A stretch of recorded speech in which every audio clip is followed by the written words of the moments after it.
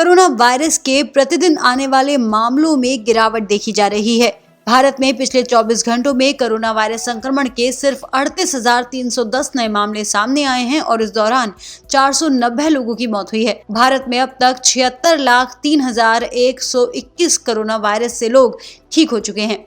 वहीं दूसरी तरफ 5,41,405 एक्टिव केसेस रह गए हैं। पिछले 24 घंटे की बात करें तो 58,323 लोग कोरोना वायरस से मुक्ति पा चुके हैं। एक्टिव केसेस में 20,503 की गिरावट देखी गई है। हालांकि महाराष्ट्र, आंध्र प्रदेश, कर्नाटका में 24 घंटों में सबसे ज्यादा नए केस सामने आ रहे हैं। वहीं तमिलनाडु, उत्तर प्रदेश और वेस्ट बंगाल में भी संक्रमण तेजी से बढ़ रहा है।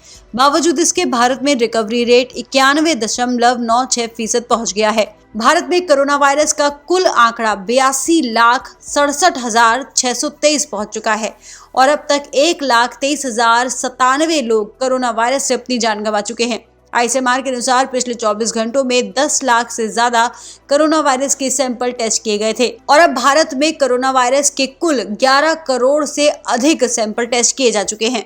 कोरोना वायरस के दैनिक मामलों में हाल ही के दिनों में सबसे बड़ी गिरावट देखी गई है। पिछले 24 घंटों में 40,000 से कम नए मामले सामने आए हैं। 15 सप्ताह यानी कि 105 दिन बाद नए मामलों की संख्या 38,310 रही। आखिरी बार इससे कम मामले जुलाई में सामने आए थे।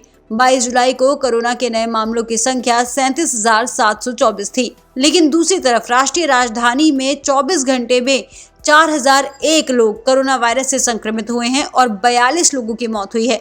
दिल्ली के स्वास्थ्य विभाग के अनुसार मृतकों की कुल संख्या 6,604 हो गई है। एक तरफ दिल्ली में कोरोना वायरस का आंकड़ा लगातार बढ़ रहा है, वहीं दूसरी तरफ अब दिल्ली के इंदिरा गांधी एयरपोर्ट पर कोविड-19 टेस्ट कराने की सुविधा प्राप्त होगी। आपको बता दें कि दिल्ली एयरपोर्ट से विदेश जाने वाले यात्रियों और डोमेस्टिक यात्रियों के लिए भी फ्लाइट्स लेने से ठीक पहले कोविड टेस्ट की सुविधा दी जाएगी। दिल्ली एयरपोर्ट पर शुरू की गई इस सुविधा के तहत विदेश जाने वाले और डोमेस्टिक यात्रियों के लिए कोविड टेस्ट कराना अनिवार्य नहीं है। अगर किसी यात्री को अपने गंतव्य स्थान पर अपनी कोविड-19 रिपोर्ट दिखानी है तो उन्हें इस सुविधा से लाभ होगा। दिल्ली एयरपोर्ट के टर्मिनल 3 पर इंटरनेशनल डिपार्चर के गेट नंबर 8 पर सैंपल कलेक्शन बूथ लगाए गए हैं। ये कोविड टेस्ट सेंटर दिल्ली सरकार की निगरानी में कार्य करेगा। RT-PCR टेस्ट का फायदा लेने के लिए यात्रियों को अपनी फ्लाइट से 6 घंटे पहले एयरपोर्ट पर आना होगा। सैंपल देने के बाद 4 से 6 घंटे में उन्हें टेस्ट रिपोर्ट मिल जाएगी। इस सुविधा के लिए यात्रियों से 2,400 रुपए लिए जाएंगे। वहीं दूसरी तरफ कोरोना वायरस वैक्सीन का भी बेसब्री से इंतजार हो रहा है। जर्मन बायोटेक कंपनी क्यूरवैक ने दावा किया है कि कोविड-19 वैक्सीन इंसानों पर असरदार साबित हुई है। ये दावा वैक्सीन के अंतरिम फेज 1 डेटा के आधार पर किया गया है। क्यूरवैक के chief executive officer Franz Werner Haas ने कहा है कि हम इस डेटा से बेहद उत्साहित हैं। कंपनी 2020 के अंत तक वैक्सीन का बड़े पैमाने पर ह्यूमन ट्रायल शुरू करने की सोच रही है। आपको बता दें कि क्यूरवैक का टीका उसी मैसेंजर RNA अप्रोच का इस्तेमाल करता है जैसा कि बाकी वैक्सीन के लिए किया जा रहा है।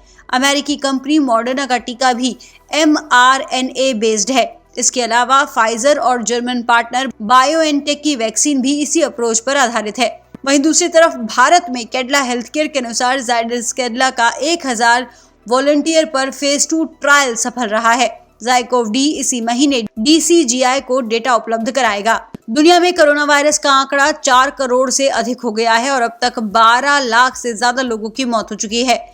फ्रांस में संक्रमण की दूसरी लहर जानलेवा साबित हो रही है। फ्रांस में लॉकडाउन का असर नहीं रहा है और दूसरा लॉकडाउन लगाए करीब 1 हफ्ता गुजर गया है। हालांकि इसके बावजूद सोमवार को 52,518 नए मामले सामने आए हैं। इसी के साथ फ्रांस में नाइट कर्फ्यू भी लगाया गया है।